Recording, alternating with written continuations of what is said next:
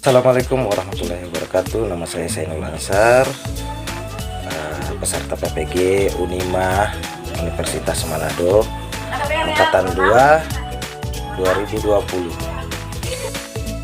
Baiklah, kita langsung saja ke tema 2, udara bersih bagi kesehatan. Subtema 1, pembelajaran 3, yaitu jenis-jenis usaha ekonomi masyarakat.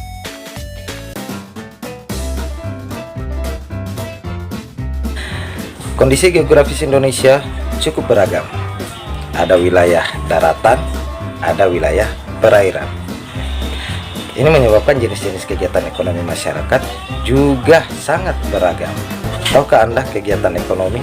Kegiatan ekonomi adalah semua kegiatan yang dilakukan manusia untuk memenuhi kebutuhan hidupnya. Kegiatan ekonomi dilakukan dengan memanfaatkan sumber daya alam, dapat dilihat dari berbagai bidang usaha. Contoh kegiatan ekonomi, ada agraris. Indonesia disebut negara agraris karena banyak penduduknya yang bekerja sebagai petani. Peternakan adalah kegiatan usaha bidang budidaya hewan yang diambil hasilnya.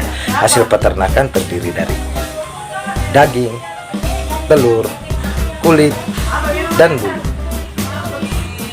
Kemudian di bidang perikanan, perikanan dibedakan menjadi dua, yaitu perikanan darat dan perikanan laut. Nah, perikanan darat yaitu usaha memelihara dan menangkap ikan di perairan darat. Contohnya perikanan darat terdiri atas perikanan air tawar dan perikanan air payau. Kemudian perikanan air laut yaitu usaha menangkap ikan di pantai atau di laut. Kemudian ada sektor pertambangan. Dilihat dari kondisi geologisnya, wilayah Indonesia mengandung banyak barang tambang.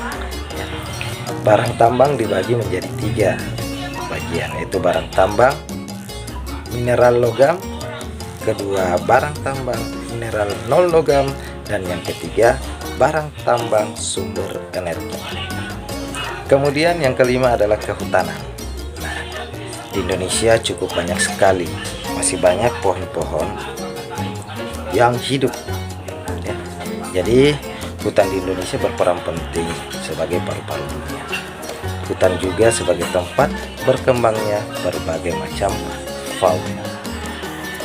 Contoh hasil hutan seperti kayu jati, kayu meranti, kayu ulin, damar, dan rotan. Kemudian yang keenam, perdagangan. Membeli barang dan menjual kembali kepada konsumen, itulah perdagangan. Kegiatan perdagangan muncul ketika kemampuan manusia menyediakan barang kebutuhan terbatas. Kemudian di bidang perdagangan kita mengenal ekspor, yaitu usaha menjual barang dari dalam negeri ke luar negeri. Kemudian kita mengenal juga tentang impor, usaha memasukkan barang dari negara lain atau luar negeri ke dalam negeri.